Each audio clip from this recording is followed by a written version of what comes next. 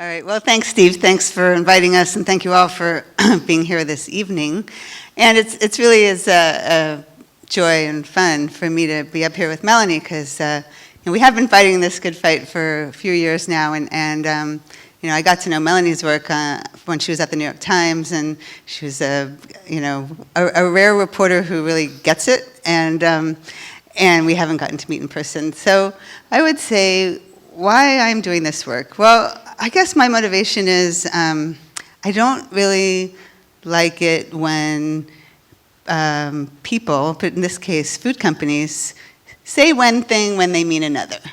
And I guess I just kind of grew up with this ability to spot nonsense would be the polite word. There's another word for it that I won't say because we're on the internet. But, I started noticing a trend, I'd say, starting in the late 90s when I started working on this issue, but really into the 2000s, which is a food industry very much on the defensive for good reason, right? People started to wake up, I'd say, around 2001 was when the Surgeon General's report came out on obesity, and we realized we had a public health crisis on our hands, even though it's not related to weight per se. But that was kind of when the reporters like Melanie and a lot of others started asking questions like, gee, how did this happen? How did Americans get so sick from just their daily diet? That seems crazy. Who's to blame? And the food industry was kind of at the end of the finger pointing, rightly so, but they said, no, we're not to blame. It's really you, individual people, who are getting sick because you're simply eating the wrong things, and that must be your fault. Well, you're not exercising enough, and clearly that's your fault. You're too lazy. And anyway, look at all these great things we're doing. We're over here making better foods. We're over here, cleaning up our act when it comes to marketing to children. We're doing all these wonderful things. And it turns out that all those wonderful things are really a lot of nonsense. And it turns out they're lobbying, just like they always have, to undermine actual positive public policies that we could be putting into place to help Americans eat a better diet. So it was that disconnect that was kind of the aha moment for me to write the book, Appetite for Profit, which is basically an expose of the hypocrisy of the food industry claiming on one hand to be part of the solution, and on the other hand, it being a lot of window dressing, and they're engaging in the usual kinds of underhanded tactics to keep us from getting healthier. That's where I come from on this issue.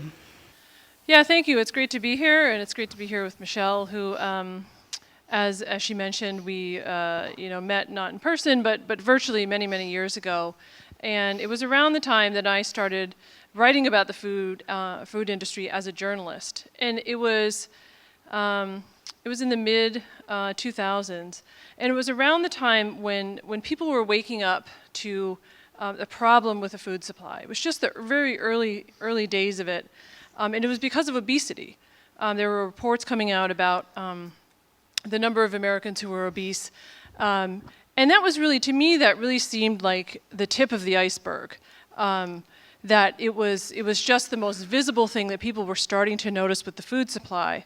Because as a writer and as a journalist, when I started covering the food industry, I started looking at grocery stores a little bit differently. And I started thinking about restaurants and fast food restaurants a little bit differently. And I started to wonder, I'd go into the grocery store, these huge cavernous places, and go down the aisle and wonder, what is all this stuff? Where does it come from? Who's putting it together? What's really in it? How is it made? And I would do that with these big long lists of ingredients on fast food restaurants. For fast food restaurant menus, you'd have to go and click on the website to find them, but you could find them. And so I started asking a lot of questions, and I started talking to people in the food industry, and I started talking to people that were known as food scientists. And I had never heard of food scientists before. I didn't know what they did. I didn't know that this was a career that people had. And I started going to trade shows where the food industry would gather and talk about, inadvertently talk about the way that they did business. And as for me, coming in as, I'd been a business journalist for many years. I hadn't been covering food for a long time, so I was coming in as kind of an outsider, and coming in also as a person who eats, as a consumer, and also thinking about public health. And And I was amazed and somewhat horrified too. I mean, I remember being at this one trade show where everyone that I talked to seemed to be talking about a way, it was a trade show where everyone was selling all these different ingredients. And they were all talking about the ways that that companies could use, food manufacturers could use their ingredients to replace real food with these starches or gums or modified ingredients, as a way to not make food less healthy. I mean, no one really wants to do that, but as a way to make food more cheaply and more efficiently. And no one had any shame in this whatsoever. Everyone was just open to talking about this. At the time, there weren't many journalists that were going to these conferences and talking to the food industry and trying to understand all this. So they would just talk about it like it was no big deal.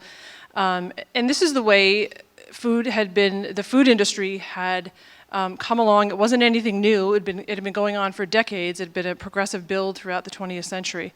So I just became fascinated by the stories that people were telling me about how food was made, particularly processed food was made. And I realized kind of early on that there was a book there that it eventually, it took me a few years to get around to writing it, but eventually it became Pandora's Lunchbox.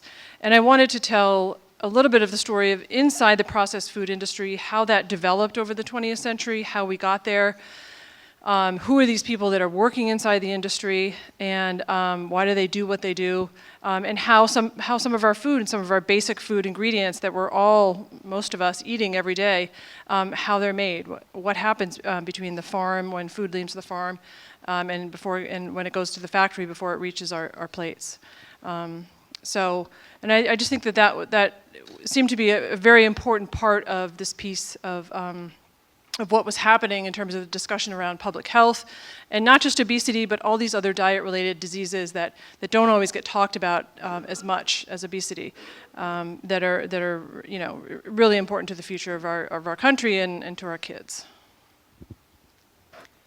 During the last 10 days, there are a lot of people who have been making recommendations on what a healthy diet is. And a lot of us are going to go home and we're going to speak to family and friends and share some of this information. However, a lot of the people that we speak to are saying, I don't know if that's true because it's not what my nutritionist or my dietitian said. So the question is, should we assume that if someone is a nutritionist in the United States or a dietitian, that they have the purest, most accurate information that's the most unbiased? Or is there any reason to believe that in any way they might have biased or not the most accurate information? I think Michele should start with this one because I know you've been to some of those conferences. Is that one on? Sure. I think so. Okay. Yeah. So there's a professional trade group called the Academy of Nutrition and Dietetics, and that group represents the nation's 75,000 leading nutrition professionals, and they have a degree program they call Registered Dietitian, or RD. And I want to say up front, there are many RDs that I love and respect. And this isn't to paint them all with the same brush, but it is to talk about their representative trade group, this academy, quote unquote. And you walk into the annual trade show for this group, as I've done now twice, and you think you're in the wrong place. So the first thing you see are just monster booths brought to you by Coca-Cola, PepsiCo, Hershey, Nestle. I mean, pretty much every junk food company, processed food company, the kinds of products that Melanie wrote about in her book are represented at this nutrition trade show. Okay, and so that's like a pretty big disconnect. And then it turns out these same companies are annual sponsors of this academy. And that presents itself in addition to access to the trade show in the expo hall. They sponsor the scientific sessions at this annual meeting, as well as online webinars where the RDs get continuing education units, both for attending and online. And so you may, as an RD, get to earn your continuing education units by learning from a representative paid for by Coca-Cola that aspartame is A-OK. So that's just one type of example of, an educational message that these RDs are getting. And, it's a huge problem, obviously. These are health professionals who are supposed to be on the front lines of telling Americans how to eat right, and yet their leadership, their trade organization is basically bought and sold for. So the good news is, since I exposed this, I mean, it had been exposed a little bit in the past by Mary Nussel, who's done pretty much everything we've all done for years, but I kind of went deeper with it with the report I put out a couple years ago called "And Now a Word from Our Sponsors." And in the wake of that report, there has actually been more attention brought to this problem and kind of this rogue band of RDs who are trying to change things, and slowly there may be some shifts there. But there are also other nutrition professionals, and I think it's fair to say they have a wide range of training. It doesn't mean that someone hangs out a shingle called nutritionist, they necessarily know what they're doing.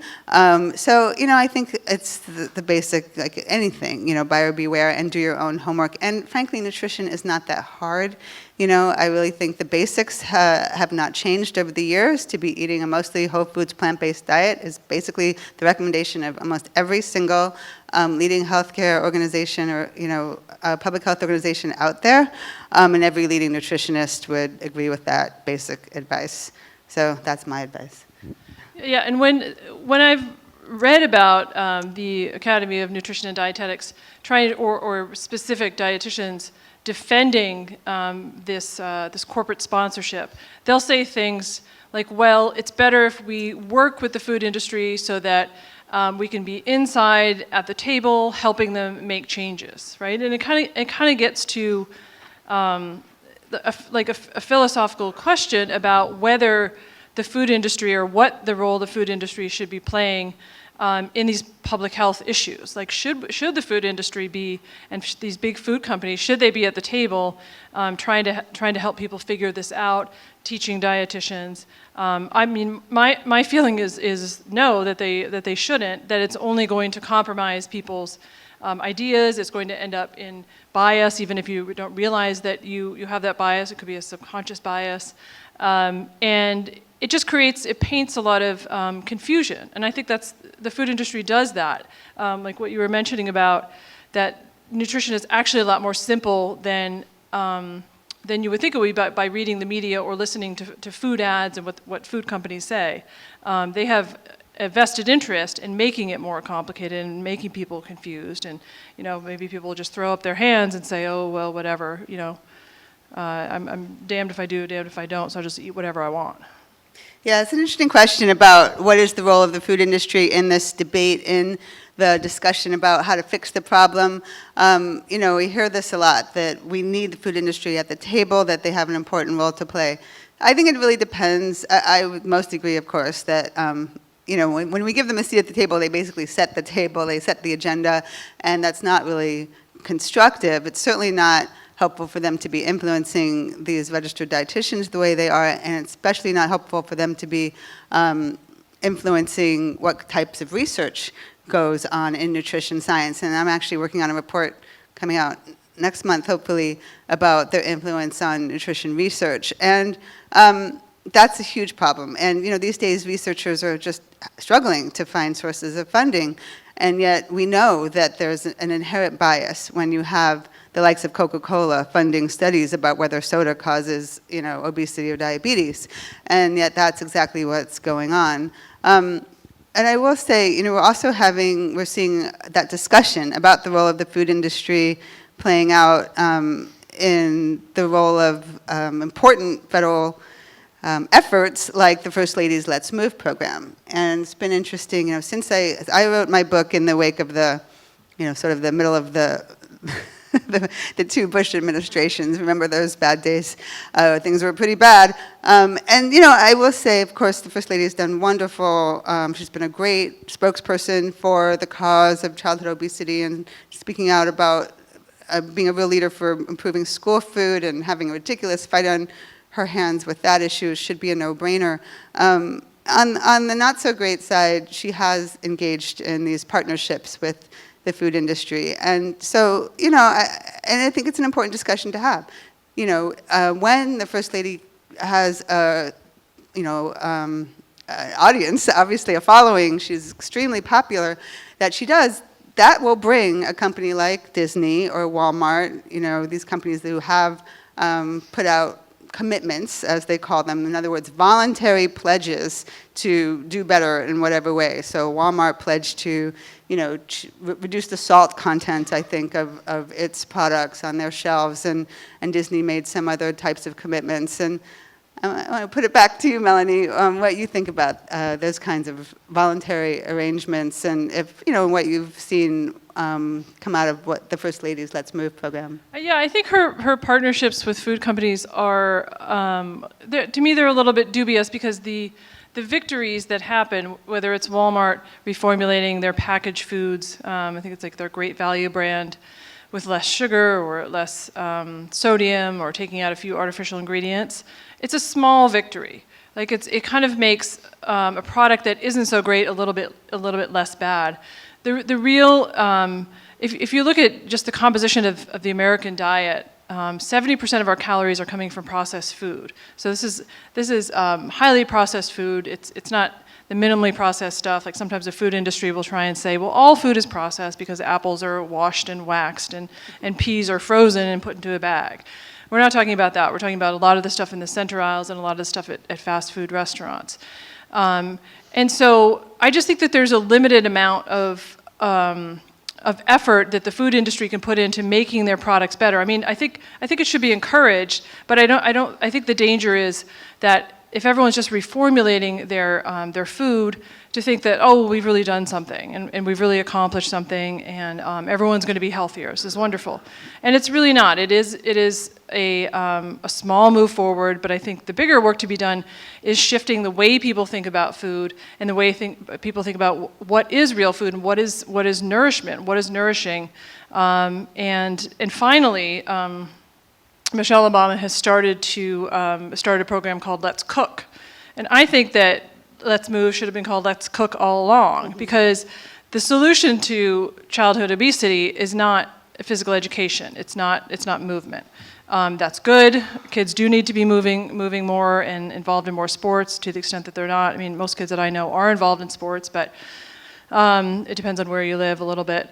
But it's really about rethinking who's preparing our food. This is one of the most ancient and primal human activities, food preparation, cooking and eating. And we've outsourced so much of that to the food companies.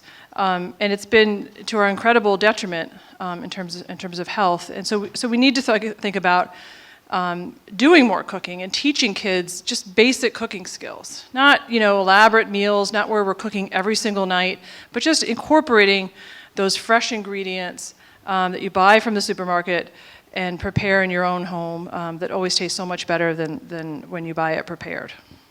Just picking up on the thread of, just tinkering with ingredients, because that is something we're seeing more of, even in terms of activism, and a lot of announcements coming out even just in recent months from various food companies about how they're tinkering with some ingredients or other. And so like Kraft, I think recently announced they're taking out artificial dye from the macaroni and cheese. Yeah, so just that product, not their whole line, not sure why. And then Hershey, I think, made perhaps a more significant announcement, but this is a trend. Panera Bread and right. Taco Bell, it's a whole trend. Right, Taco Bell was actually my favorite one, so they said something about artificial ingredients. Artificial ingredients seems to be where a lot of the focus is.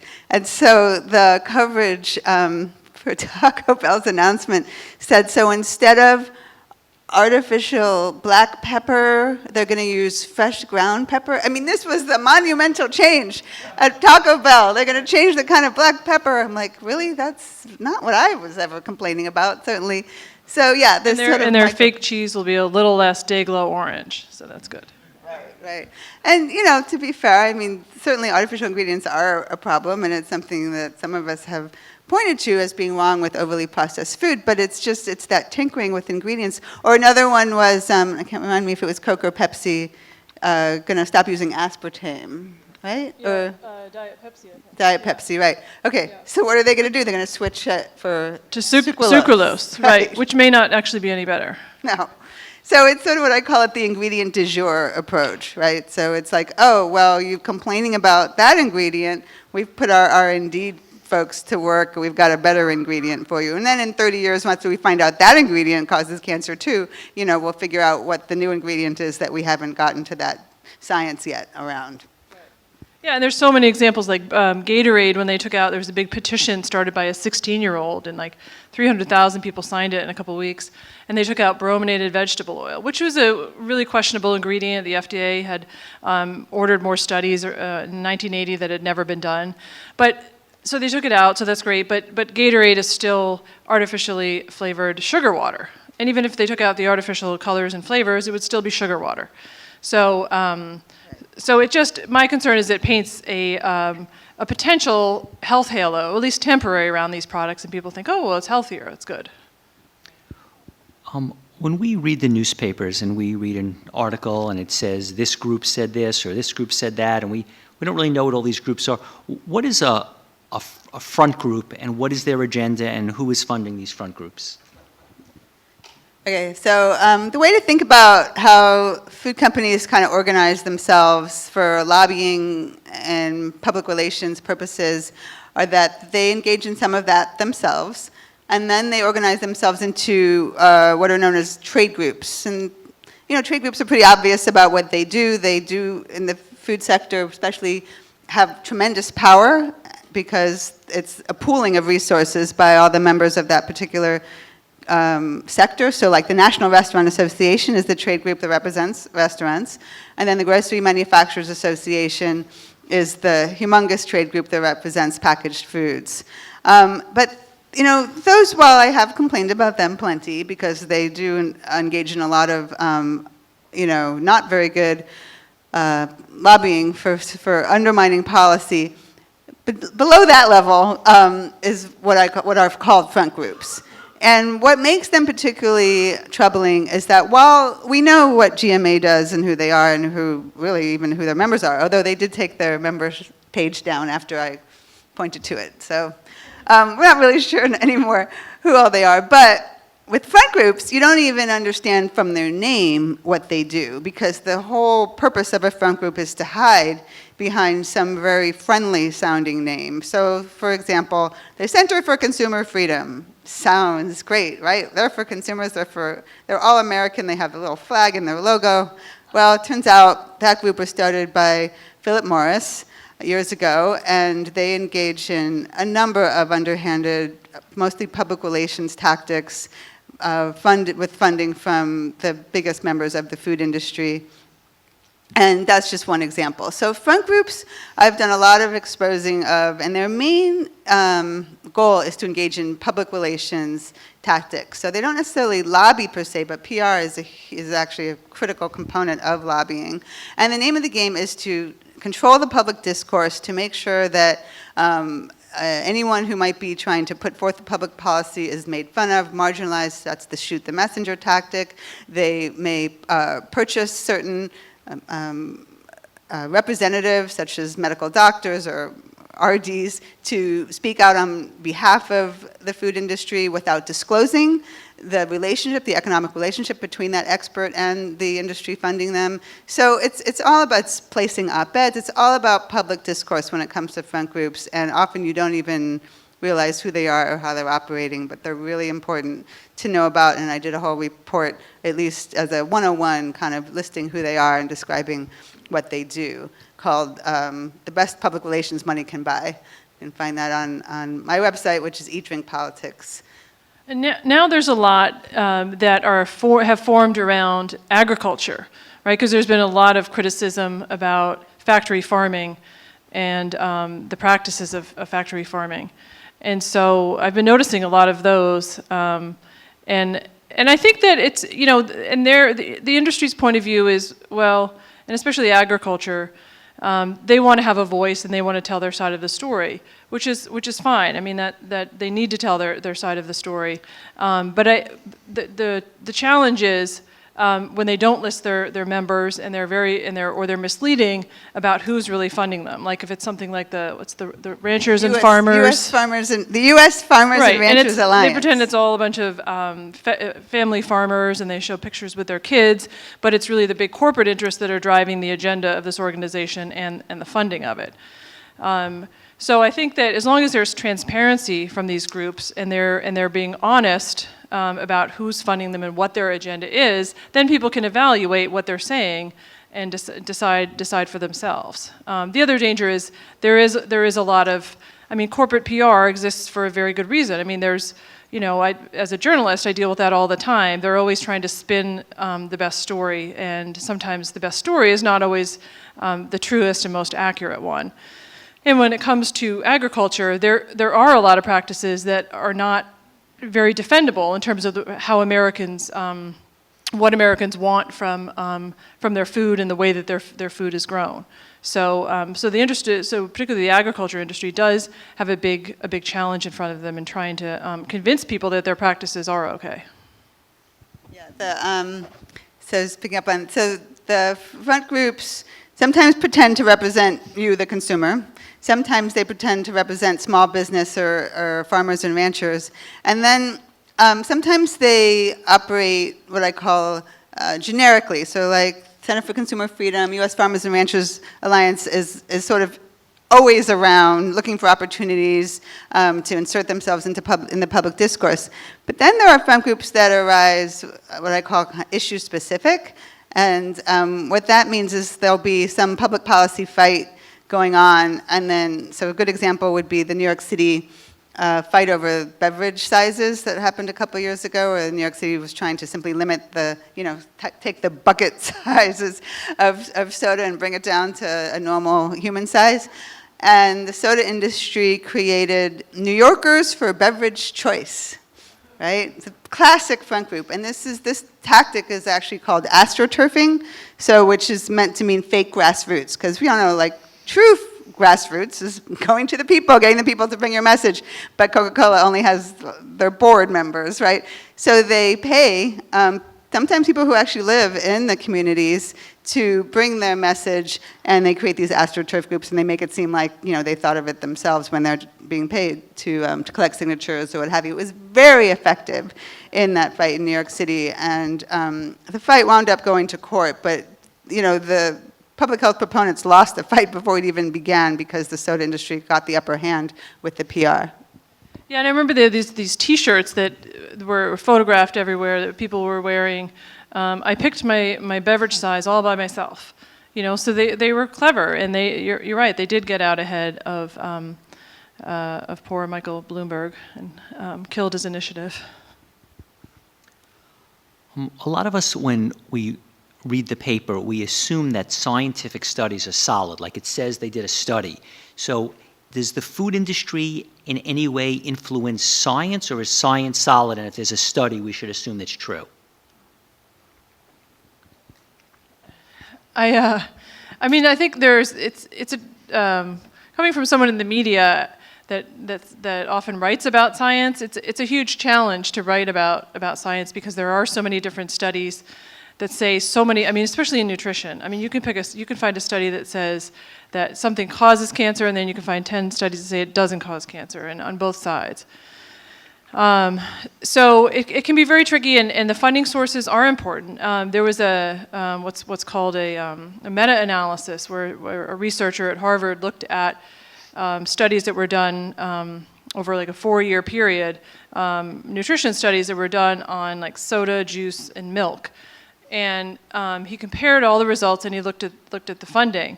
And overwhelmingly, the studies that were funded by industry, backed group or companies themselves, were positive in favor of whatever was being studied, and the ones that were funded independently were negative and found health problems. And I think they were looking at soda and chocolate milk. So there's clearly a bias, and it's not necessarily always. These scientists that are doing these studies, they do need sources of funding, so they take it from companies.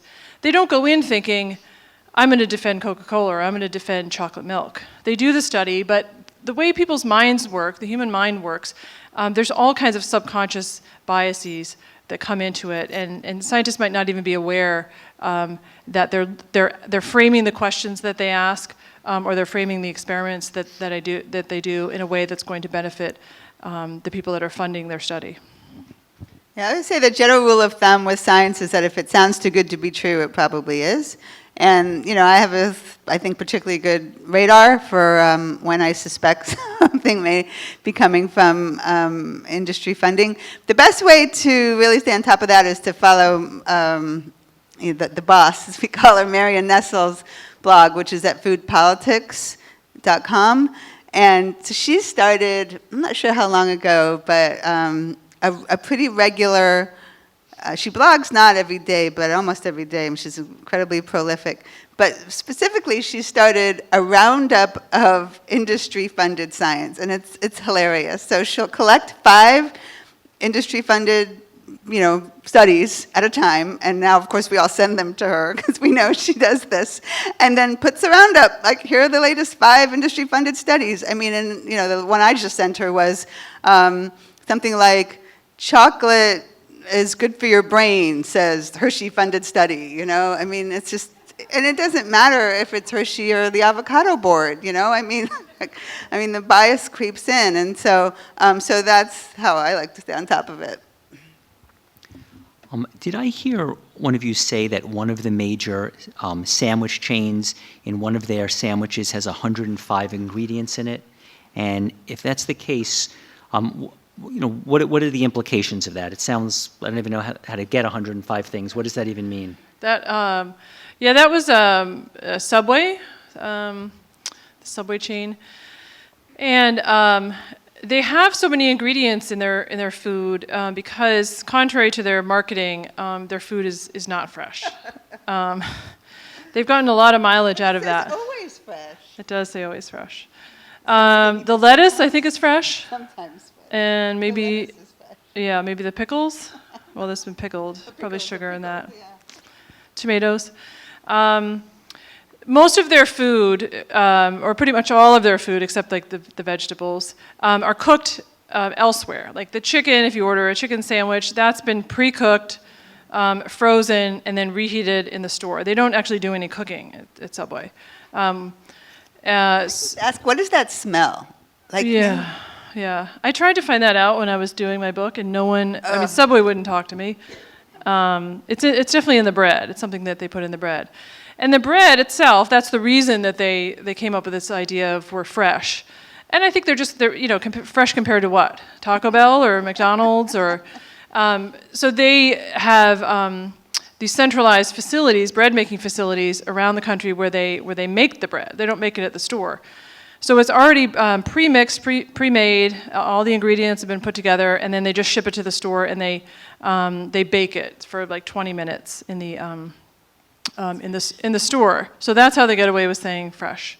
But so when your food is not fresh, when it's been cooked elsewhere in a centralized facility, and it's been frozen, and then it's shipped and stored, you need a lot of things to replace what's lost. A lot of times in food processing, there's a lot of high heat temperatures that are used.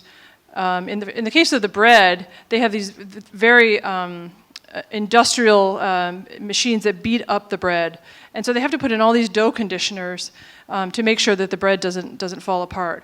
And they whip in a lot of air. Have you ever noticed Subway's bread? You could like smush it down on the table, and it would be like a centimeter thick.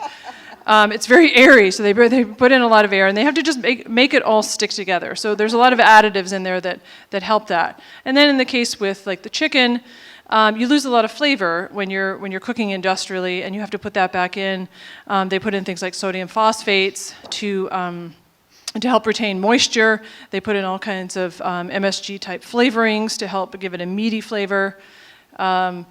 Some of their food has actual meat flavor, like chicken. Their chicken has chicken flavoring in it. Like doesn't chicken already have chicken flavor? No, you have to put it in because you lose it in the processing of it. Artificial chicken flavor that comes from a lab. They're adding to the chicken. The chicken flavor probably comes from like corn or soy. Actually, it doesn't come from anything related to chicken.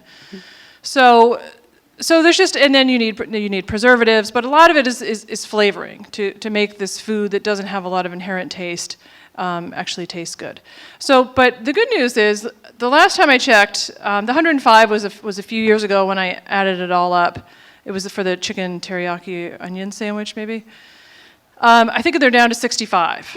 So that's the good news. They reformulated around the time that they took out the yoga mat chemical from their bread. Maybe some of you heard about that.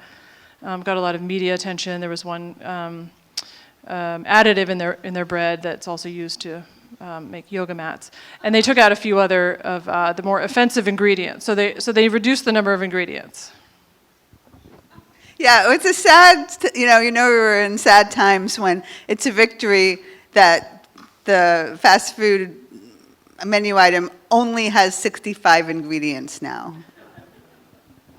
And then the other part of it is not just the shelf life and the flavor, but it's to help make food cheaper. And so, like, if you look at some of Subway's meat, like the meatballs, the salami, there's a whole bunch of them that actually have things in there that are designed to be fillers. Soy protein concentrate is something that's a filler in meat products. It's they're taking soybeans they're taking protein from soybeans, which are much less expensive than meat, and adding it in as a bulker, and it helps keep the food costs low. Sometimes when I'm around families with children, the children are just, the parents have an attitude of the kids are kids, let them eat the cookies, let them eat the chips, let them eat all this stuff. And if you look at the bag, you do see that there are crazy ingredients, large numbers, things you can't pronounce. But a lot of people say, we were kids, we grew up, kids eat junk food, no big deal. So what? So assume there are 65 ingredients in the bag of chips or the cookies. Is that such a big deal? I mean, didn't our parents, grow up and some of them are okay? Like, is it such a big deal if there's 75 ingredients? Are the ingredients different than they used to be? I mean, when we were growing up, processed food was nowhere near as ubiquitous as it is today. I mean, when I was growing up, I remember when gas stations were just gas stations. Do you remember that? Like, there wasn't a mini mart of all kinds of snacks and goodies in every single gas station. And the number of fast food restaurants was much less than it is today. So I think kids today are exposed to and eating a lot more junky stuff and a lot more snacks than they did when I was growing up. And I don't think it's necessarily like I'm not advocating for no snacks and no junky stuff and no crap and no processed food ever. I mean, I think that the stress of trying to do that, especially with your kids, would be worse for your health than just eating some processed food and letting your kids eat some processed food. So it's kind of a I mean, I think everyone picks their battles. When you have kids. And kids gravitate, the marketing of the food industry is fantastic in terms of targeting kids, both on packaging with cartoon characters, through games, online games, through television, if kids watch television and are exposed to ads. So they know what's out there, and they always want it. Kids are just magnets for sugar and processed food. So I think you have to, I mean, for my, from my vantage point, I have two kids, and I let them eat a little bit. I pick my battles of when they can have the junky stuff, and then I know, okay, well, we're going to go home and have dinner later tonight. We'll have a healthy dinner, and tomorrow, we'll have a break from the birthdays and all the sugary stuff. So it's a little bit of, I think it's a balance. And on the topic of what's changed, so, a lot of times we hear, oh, well, it was just the same when we were kids or whatever. Well, in addition to the food being different, the marketing is different. So, when we were kids, there were certainly, Frosted Flake commercials on, the 3 channels that were even available on TV, whereas now, of course, we have cable and, Nickelodeon showing kid-oriented junk food ads all day long. And add to that, the obvious explosion of digital media, where kids are literally bombarded 24/7, and then in their schools, don't even get me started about the problems of junk food in schools. And there's some changes coming and a little bit improvements in the major school districts, but in most of America, they're still bombarded and have access to all the wrong kinds of foods, which we never had in school when I was a kid. So it's just an entirely different food environment, an entirely different media environment, and kids are just bombarded with these messages. And the food industry has a direct line to children that they didn't used to have. And they call this the nag factor, right? So they're going through the child to get to the parent. And we hear all the time, well, obviously it's the parent that's driving the child to McDonald's, and yes. But, if you've ever been a parent, you know that it's very wearying to have your child nagging you constantly, not just for the McDonald's, but of course, especially these days, it's for the electronic or whatever the latest thing is that the child wants. And so why should we have to be in a position in our society where parents are made to be the bad guys, where parents constantly have to say no to their children, right? And so the idea around trying to regulate marketing to children is to simply put some reasonable controls on corporate behavior so that they're not, first of all, exploiting young children's vulnerabilities, which they are absolutely doing. Children don't even understand they're being marketed to. They certainly don't understand how marketing works. And then to not have parents take on the sole responsibility given all of the other stressors that exist for so many parents these days. Yeah, I'm always appalled and amazed at where you find food now. Like I was in Home Depot the other day, and there's a whole, have you noticed this? There's a whole line of snacks. And they're like child level? At the checkout. Yeah, there's like big bags of Cheetos, and I'm there with my kids, and they see the Cheetos, and they immediately, and I'm just trying to check out, and we've got somewhere to be, and I give in, and they have the Cheetos. I don't want them having the Cheetos. Cheetos are never anything that I would buy and bring into our home and feed the kids, but when you're out, sometimes you just don't, you have those weak moments, or I certainly do. Where else, like FedEx? FedEx has all these candy and snacks when you go in there, just like make copies or get a label or something. And obviously like the bookstores, the drugstores now are like virtual supermarkets, but not with like the healthy stuff. It's all the packaged stuff that they have. So I think it is very different, and you can see it because childhood obesity is a very real, troubling phenomenon. All you have to do is walk around and you pretty much see it. And when we were kids, there was like one kid in each class that was a little overweight, and it's just a very different story today. There's an article recently that Michael Greger wrote, and it says, "What is meat glue?" The so-called meat glue enzyme, tranglutamine, is used by the meat industry to add value to meat by gluing together smaller scraps into a larger chunk. And it's not just used to make fake steak. The American Meat Institute estimates that it's used in about 8 million pounds of meat every year in the United States. So what is going on in our food that I don't think most people were aware that pieces of meat were glued together. So is this seem accurate to you? And are there other things that we might not be aware of that would be surprising? Yeah, meat glue is used. My sense is that it's not used that widely. It's used for steaks, to glue together different steaks, but it's not used that widely in the industry. So I guess that's somewhat comforting.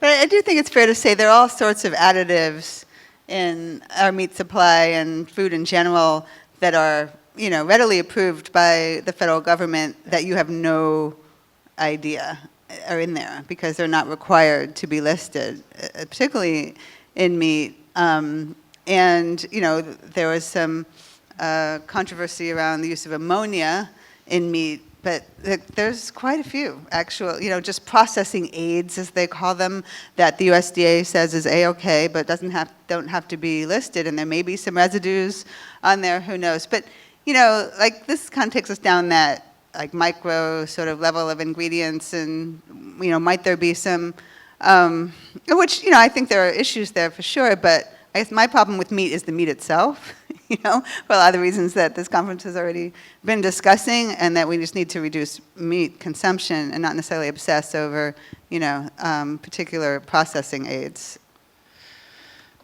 Yeah, I think that's right. But there are a lot of things that go into our food that most people have no idea about. There are 3,000 different food additives that are approved by the FDA, which doesn't actually mean very much. The fact that they're approved by the FDA, it's been estimated that about 1,000 of those food companies have, under a totally voluntary system that's been in effect for almost 2 decades. Food companies can just start marketing a new ingredient without even telling the FDA. Never mind doing any studies or doing any safety assessments of it. They can just start selling it, and they don't even have to tell the FDA. It's a huge loophole that that a lot of people are working on closing in our regulatory system. So there is, but I agree with Michele that I think that concern over food additives it is real, and I worry sometimes about the combination of different additives that are in food, and just if you're eating 6 different processed items throughout the day, whether it's at fast food or from the grocery store, what is the total weight and effect of that over the years? And the combination of different chemicals. There are instances where we know that the combination of certain chemicals have caused the production of carcinogens. So I think it's something to be worried about, but I don't think it's the biggest problem with our food supply. I think it's a much bigger problem that we're overconsuming sugar, refined grains. Those are probably the 2 worst, if you're worried about ingredients in food, those are the 2 worst things in food and processed food. And then there's a big issue with meat and antibiotic residues in it, hormone residues in it for beef that we should be worried about as well. And I think those are bigger issues too. There's an article here from a website called Beyond Pesticides, and down in the article it mentions that the fight to maintain organic's integrity is ongoing. USDA is threatening the future of organic with changes that will further weaken public trust in the organic label. What does that mean? Isn't the USDA trying to protect us and trying to keep organic labels strong? Why would they be trying to weaken it? Well, first of all, I think it's important to point out that of all the labeling that's out there, the USDA organic seal is probably the most robust, and I don't mean that. I mean that seriously. Like, there's all kinds of just nonsense that's put on the front of a package that means absolutely nothing. So take for example the word natural, which there's been a lot of litigation around, rightly so, because the food industry has just slapped that word on there because it's not regulated, really has very little meaning. And they know that it's a great marketing term. Consumers love to buy things that are called natural, even though it has no meaning, so they get to put it on anything. In contrast, when it has the organic seal, it has a specific meaning, and that is that the USDA has set standards that were highly thought over and were mostly pretty good, and around agricultural practices. It doesn't mean that there aren't problems. And so, what's happened over the years, there's a committee that is in charge of reviewing these organic standards, and particularly what ingredients are allowed in as additives sometimes to still be called organic. And so, there's a fight every time there's another meeting of this committee over what can be included and what can't be included. And so that's, part of the concern is as organic, and it is getting bigger, a bigger part of the grocery market share, that there's a weakening. And as organic companies grow, there's, obviously there's always a risk of watering down of the standards. But, I think it's fair to say that for the most part, you can trust the organic seal. Now, that doesn't mean a product is healthy. Remember, organic is about, agricultural practices, which are important, no pesticides, no GMOs, et cetera. But, I've seen plenty of processed junk food products labeled organic. It just means that the ingredients happen to be grown organically. And again, I don't have a problem with that, but I think it's important to say, that it's more important to be eating, fresh fruits and vegetables, whether they happen to be grown organically or not, than to be eating organic chips. Yeah, I mean, you can go into Whole Foods or probably or Safeway, many grocery stores, and buy organic Pop-Tarts. They're called toaster pastries, but they're still Pop-Tarts. And same in the cereal aisle. You can buy organic Fruit Loops and on and on and on. So yeah, just because it's organic doesn't mean that it's healthy. But I've heard just from in conversations out and about with friends and acquaintances, a number of times people will say, if I say I try to buy organic food, which I do, they'll say, well, does it really mean anything? I don't know if is it really worth it? A lot of people think that it can't be trusted. There is this sense of doubt. But Michelle's absolutely right that it is the most rigorous and authoritative seal that there is. And I have no reason to believe in all my work in the food industry and observations to believe that there's anything nefarious or slipshod going on with organic standards or with the certifiers. The way it works is the USDA certifies a bunch of third-party companies to go to farms and to go to growers and do the organic certification. And I've never seen it. I don't know if you've seen some scandals recently. There have been a few certifiers who were engaging in some shady practices, like certifying products that they never. But the way I've seen that is the USDA has caught them and said, this product shouldn't have been certified, or this certifier is, no longer approved by us, so it's not, no system is foolproof, right? But the idea that you're picking up on, I hear that too, that there's this, I'm not even sure it's a suspicion around the standards. I think there are people who are hyper aware of food who may have some suspicions around the standards. But what I hear is more of a misunderstanding of what organic is supposed to mean. And I think some of that is coming from media articles along the lines of, organic's not any healthier for you. Like, in other words, as if the issue is simply a matter of nutrition, like, how much vitamin C and vitamin A is in the food versus conventional. And, there are even people who argue about that. And I don't know all the data around it, but my reaction to that is that's not really what organic was ever meant to be about, the specific nutrition content of the food. Rather, it's about a set of agricultural practices that are basically better for the planet, which means they don't pollute our water supply, really they don't degrade the soil, pesticide runoff. All these really important practices. And better for farm workers. And farm workers, thank you. So, a huge problem is that farm workers are exposed to pesticides. And oh my God, there's so much fighting going on around that in California constantly where I am. And so there are so many important reasons to support organic agriculture. And they don't necessarily go to, how much vitamin C is in the strawberry, but speaking of strawberries, that is probably one of the most important crops that you can possibly purchase from an organic source. But that goes back to our earlier discussion about science, right? Because there were big headlines. It was a few years ago. I think it was from Stanford, the study that found, and that's a case of where I think you have a certain what's called publication bias, where people want to interpret the studies, scientists want to interpret the studies. They do the raw data and then they have to interpret it, and then the university puts out a press release. And the press release was headline grabbing. It was counterintuitive. It said, organics no healthier. Basically the subtext was, you're wasting your money. But if you actually looked at what the study said and you looked at the data, it did show that it didn't have any higher levels of all these vitamins, like vitamin C in a strawberry and all that. But is that really the most important thing? We have an abundant number of sources to get these sort of micronutrients. You can go and eat Fruity Pebbles, and you get, it's all added in there. You can take a multivitamin, and it's the same thing. There's plenty of sources of vitamins. The more important thing is if you actually looked at that study, it showed it had organic had significantly higher levels of antioxidants. And these are the more important things to care about in our food because they're not as easy to get. You can't just take a pill and get them.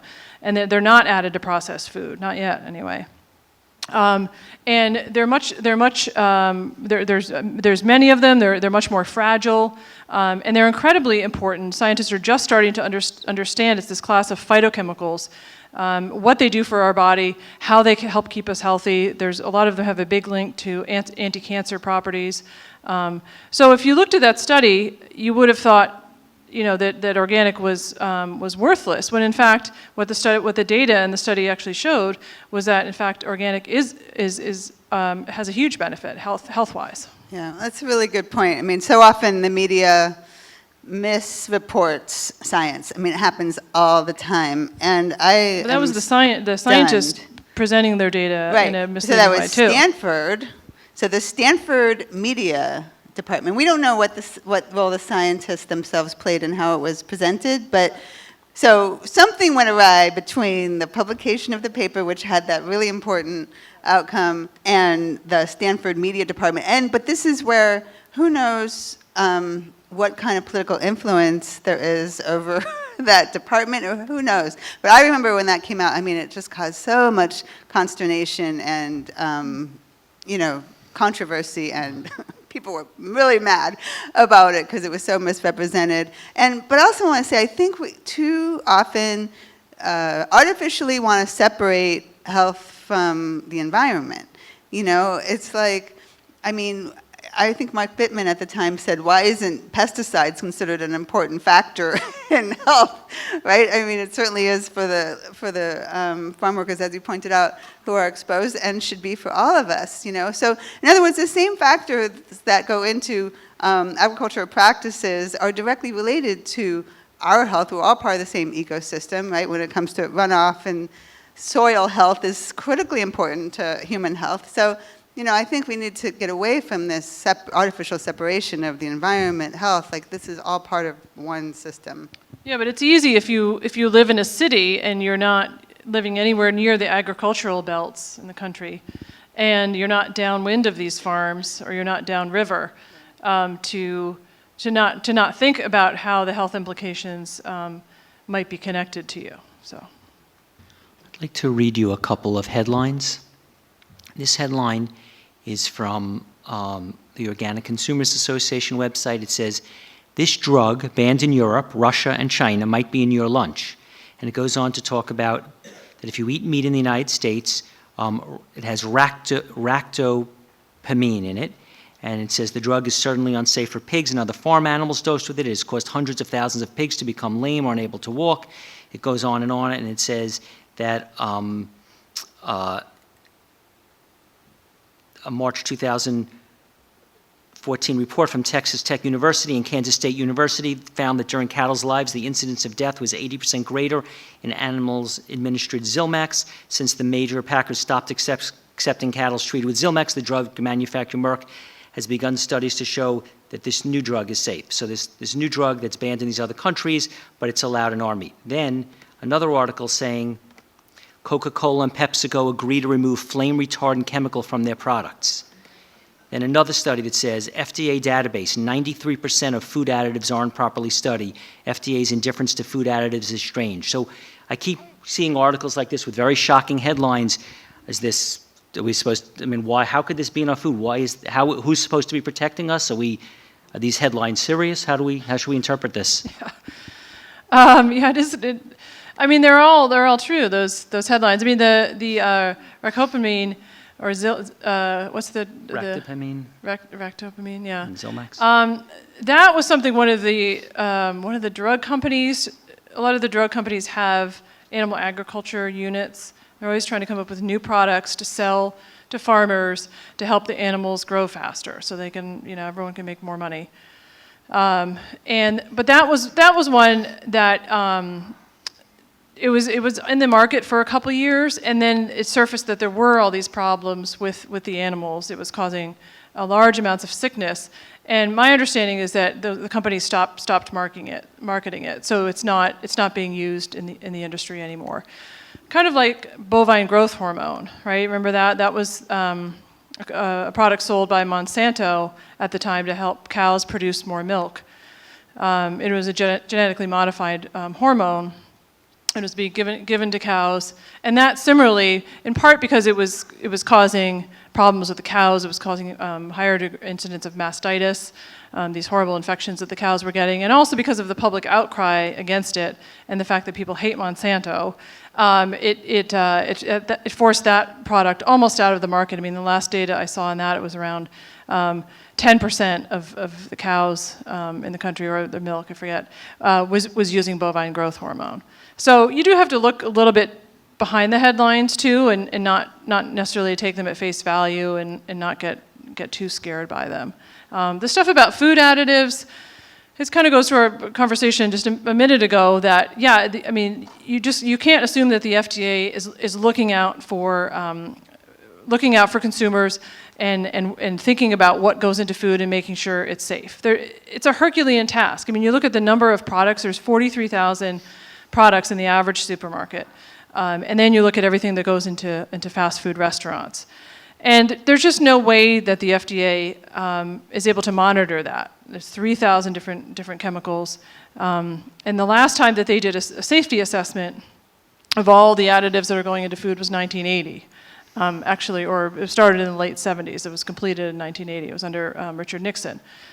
So, but I think it's important not to get too scared by all that. I think it's important to have a sort of a healthy mix of skepticism when we approach our food, but not get too crazy about it. I want to just, before I forget, I brought this issue of Fortune magazine. It's the current issue, and the cover story is called "The War on Big Food." And I brought it as kind of a happy note, because it seems like there's a lot of gloom and doom going on in this conference. I don't know. And we've certainly been talking about a lot of it up here. But, you know, it seems to me there is a shift going on, in addition to just people, you know, waking up. There's particular coverage in the last few months that I've been seeing along these lines, that consumers are turning away from processed food. And, you know, I think it's pretty amazing. I think, you know, of course, Melanie and I are taking all the credit for it. But this one particular, oh shoot, my reading glasses, factoid here, that one analysis showed that the top 25 food and beverage companies have lost an equivalent of $18 billion in market share since 2009. And the quote is, "I would think of them like melting icebergs. Every year they become a little less relevant." I mean, that's amazing. Like, Fortune magazine says that. Yeah, it is. It's a testament to all the people that are in the food movement, everyone that's writing about it, doing documentaries, lobbying, advocating, all the NGOs. There's been an incredible groundswell of activity in the last 15 years. So yeah, that's directly a result. It's opening people's eyes up to thinking about, what is this that I'm eating? What is it really? How is it made? What are all these ingredients? These meat products that I'm eating, how are they raised? And it's just an awareness and a consciousness raising.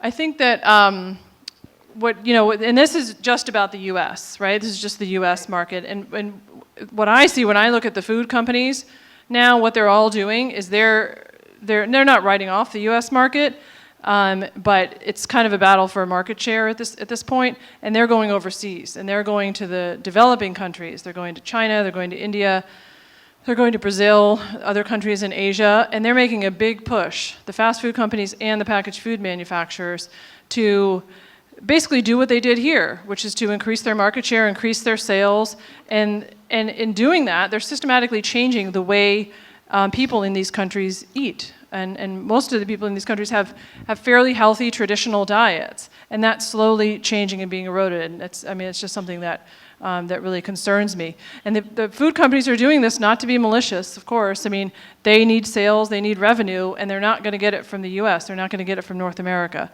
They're going overseas. Yeah, I think it's a really good point. And I always lament that in this country we tend to only care about what goes on in this country, and we certainly have seen the exact same strategy with the tobacco industry, which obviously has been losing market share here for years, as we've had very good increased controls around tobacco use. And so, they've just marched into the rest of the world to make up for that, and the same is going on with food. And unfortunately, many other parts of the world are already seeing the negative impacts on that. So the way like to describe it as, we export our way of eating and we export our way of dying. And, we're seeing already epidemic levels of diet-related diseases in countries that never saw it before, particularly in developing nations. So, there's this phrase called nutrition transition, which is to mean people who are going from being hungry to suffering from obesity and other diet-related problems because they're switching over to a highly processed food. And don't even get me started on meat production. I mean, that's the scariest thing of all, given what we know the environmental impact is of meat production. To think of, countries like China engaging in the level of meat production that we do here. I mean, it's back to gloom and doom. That didn't take long, did it?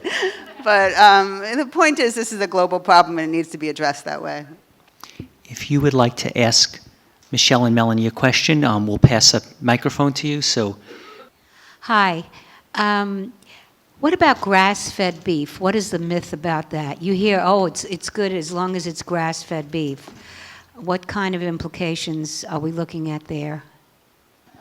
Well, nutritionally, grass-fed beef tends to have a better fat profile. It has higher levels of omega-3 fats, which are particularly healthy. So from a nutritional point of view, grass-fed beef is a good way to go. Environmentally, it's, I hear arguments on both sides about the environmental impact of grass-fed meat because you're basically putting the cows on pasture for their whole life, and you're not confining them and feeding them corn and soybeans the way you would in a typical beef production model. So you need more land for the grass. So it's more resource intensive in that sense. So there are people that run those numbers, and I don't have an opinion on which one is right in terms of the environmental impact. But for sure, I always look for grass-fed beef when I shop because of the nutritional profile and the more beneficial fats in it. And I think there's also something called conjugated linoleic acid, which is also a fatty acid that's very healthy, that has it's been shown to have, it's higher in grass-fed beef than standard beef. So nutritionally, I think it's a good choice. Environmentally. Okay, so now I get to put my 2 cents. So I don't eat any meat. I don't care what it ate. That was not meant to, I don't actually think there's right or wrong here. I just think you should have all the information. So all the information is that while something may be superior nutritionally, that doesn't make it nutritious. And so to me, what Americans need the most of that they're not getting enough of is fiber, right? And it's really important to understand that animal foods come with 0 fiber. So, okay, it was enough with the clapping. I'm just going to get this off my chest, and then we're going to move on.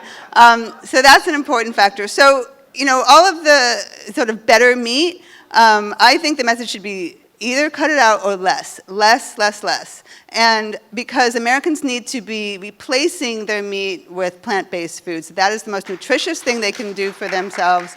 And so if you want to eat meat at all, like Melanie was saying, she chooses to eat some meat, she's reaching for grass-fed meat. I don't have a problem with that. But it shouldn't be a substitute for making sure that most of your foods are plant-based. That's all I'm going to say. Right? There's no question that the average American eats way too much meat from an environmental point of view and a health point of view. So the message of eat less meat is a really, really important one. I choose to eat moderate amounts of meat because I feel like it's healthier for me personally, for my body.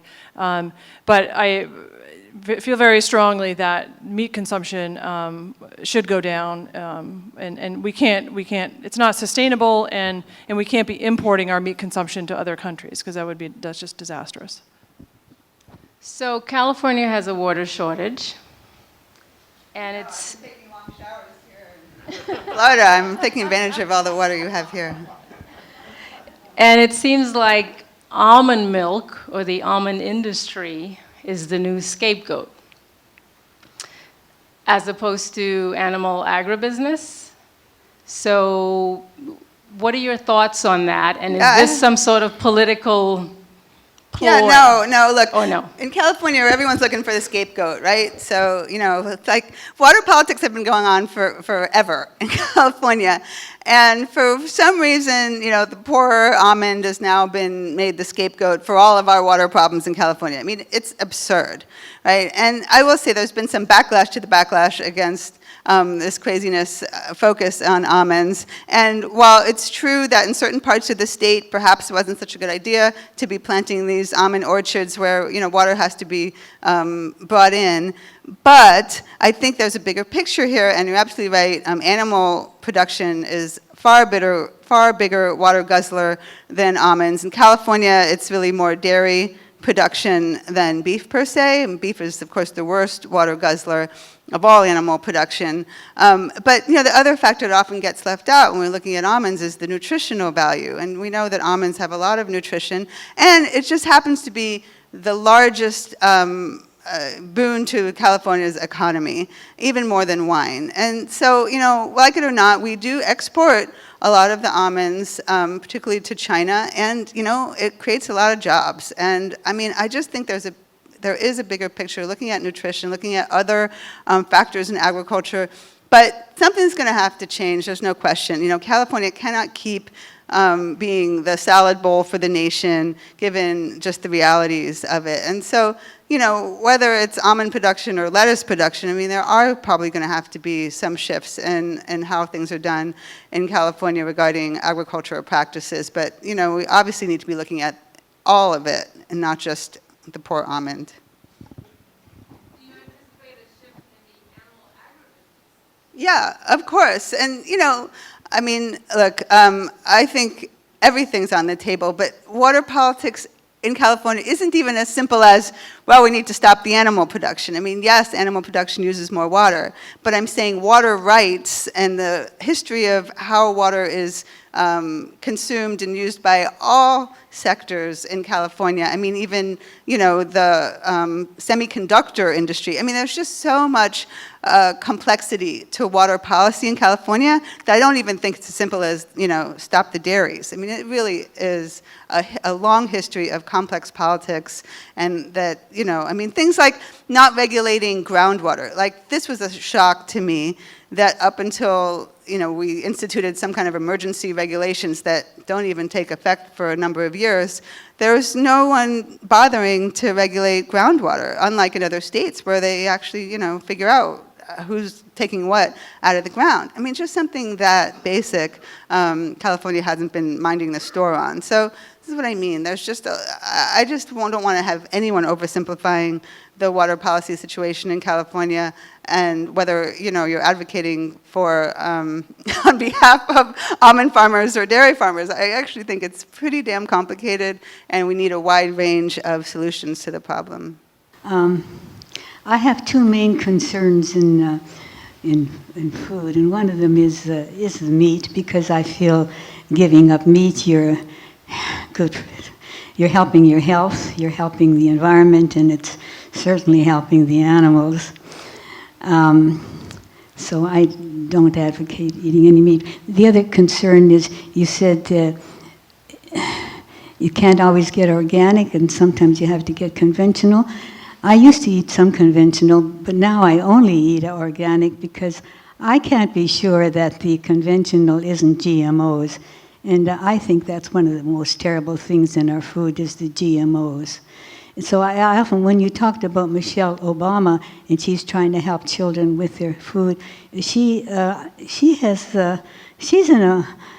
a position to really influence that other guy named Barack, who has somebody in the government named, what's his name, Michael Taylor, who used to work for Monsanto.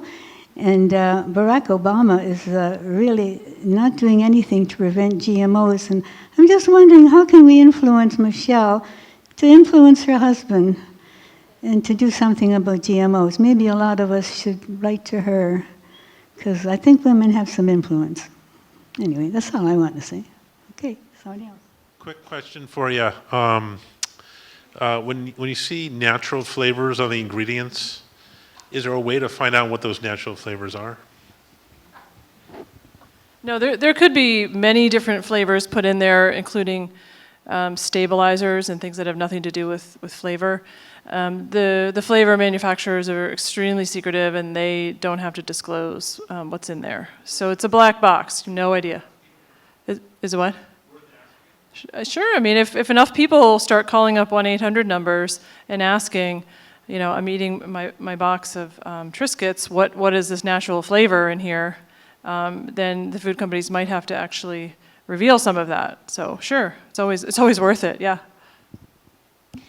Hi, to answer his question, truthinlabeling.org lists all the natural flavors, and basically monosodium glutamate does not have to be listed by the FDA if it's less than 80%. So you can have 79% of MSG, which is free glutamic acid, and not have to list it. Speaking of which, my question had to deal with truthinlabeling.org because the president, whom I talked to several years ago, was very concerned, and this connects to somebody who asked about the organic labeling, because there was a product at the time called Oxy Grow, A-U-X-I Grow, and it was monosodium glutamate, maybe perhaps less than 80% free glutamic acid, but they were going to try and allow it to be passed as an approved fertilizer for USDA organic produce. I didn't know if you'd heard anything about it, but they've gone against the FDA many times and have succeeded. But have you heard about this infiltrating the fertilizers for approved organic? No, I haven't. Have you, Michele? No.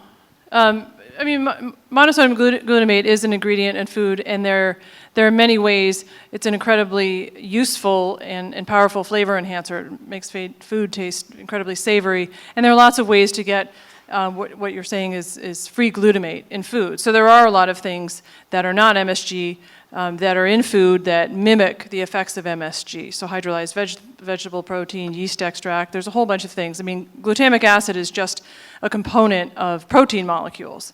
And there's lots of ways the food industry can break down protein molecules to get at the glutamic acid. Usually they get it from corn and soy. So yeah, there's lots of other ingredients that are like MSG. Yeah, but I'm not familiar with the fertilizer aspect you're talking about. I just wanted to, because I think we glossed over a question back here on GMOs.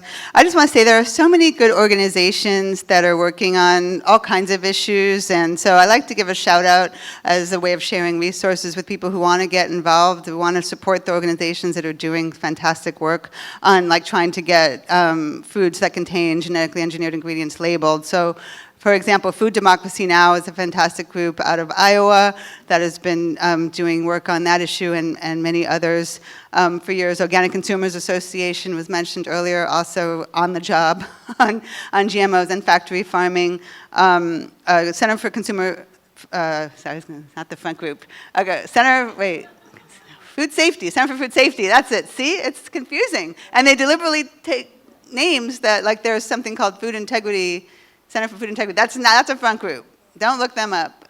Center for Food Safety is an organization I've done some work for, and they're a bunch of lawyers, but they're good lawyers like me, who've been filing lawsuits against the federal government to try and stop the USDA from approving more genetic engineered ingredients and so forth, or crops rather.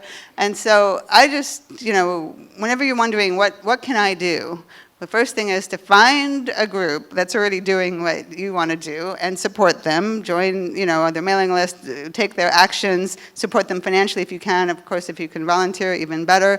And then if you want to get active locally, that's a fantastic way. I mean, these are national groups that I've been talking about, but there's all sorts of ways to get involved in your own community. So if you have kids or grandkids in school and you want to improve the school food, good luck to you, but that's a great way to get involved.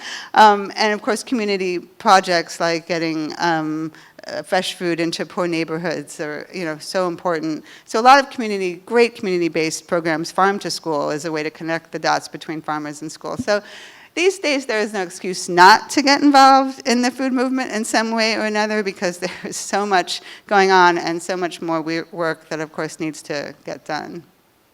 Going back to the organic, I've heard many times that even though they don't spray the organic, they spray the other crops and it can blow over and go on to the organic.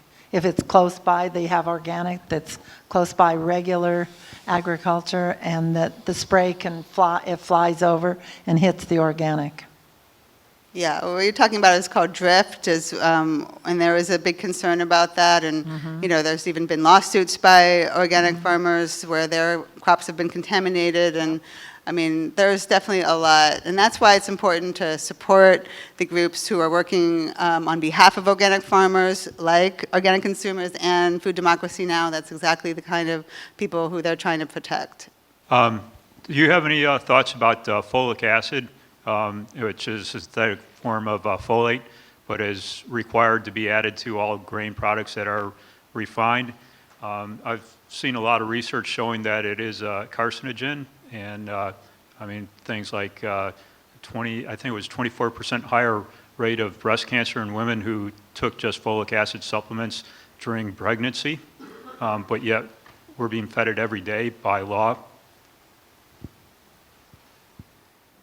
Yeah, I haven't seen those studies. I mean, folic acid is one of the essential nutrients that our bodies need. So we do need a finite certain quantity of it. So your question is probably getting to the excess. If you're taking an excessive amount of folic acid, like it's several times maybe beyond the recommended daily allowance.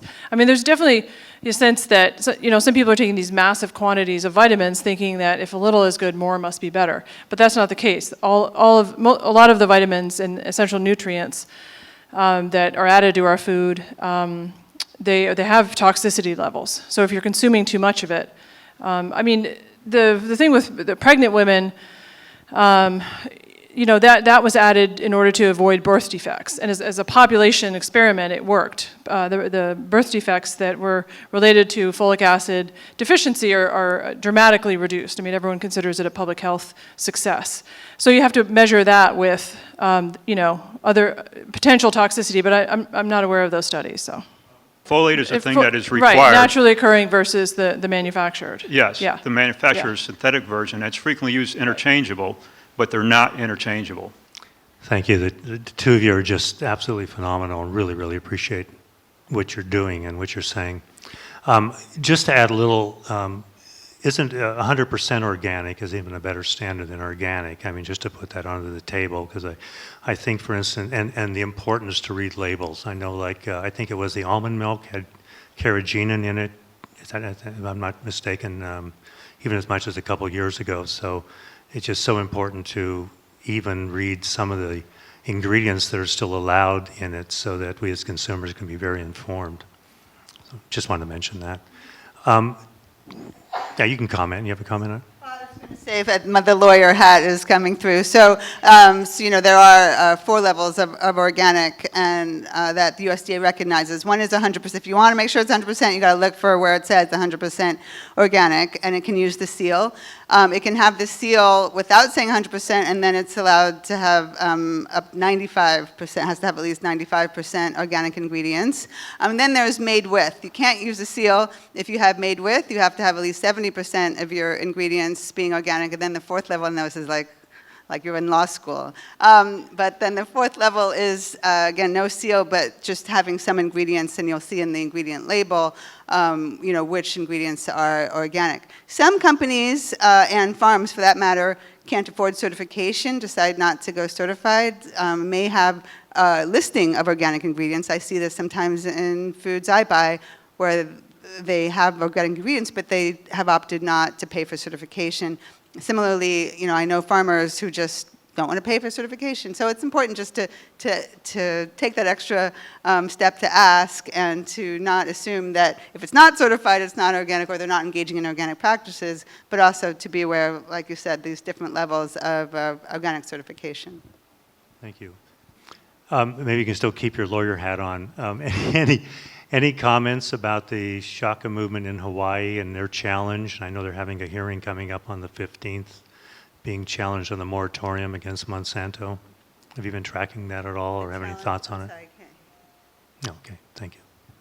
Were you talking about in Kauai specifically? Maui, on Maui. Oh, in Maui, yeah. Yeah. They had passed a moratorium by about, I think, 1,098 votes, and then been challenged in court.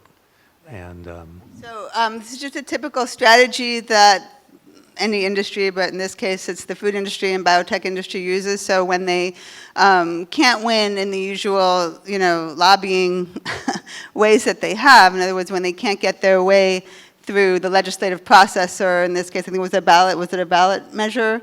Yeah, so the people voted, and then they go to court. Right, and there's been a number of cases like this where the biotech industry and junk food industry does this too. In this case, sometimes they team up to challenge something in court. And there's something called preemption, which says that a higher level of government preempts or not allows a law at a lower level of government.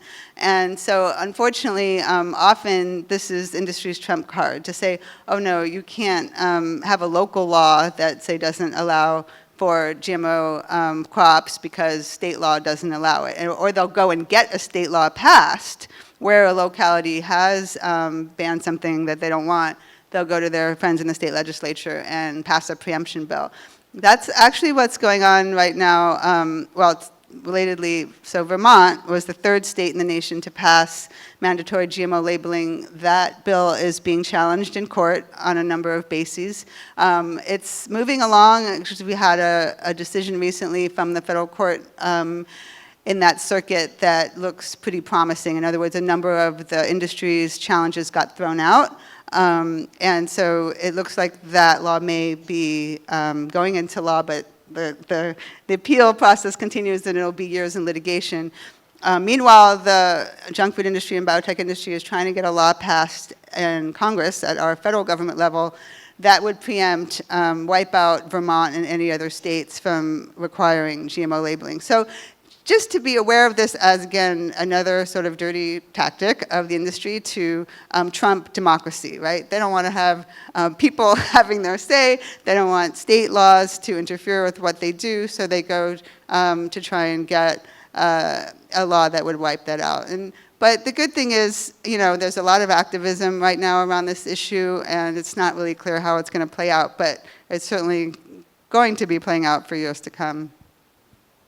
Could you talk about the radiation of fruits and vegetables in America? You're talking about radiation as a form of like food safety, of killing potentially harmful bacteria? Or, okay.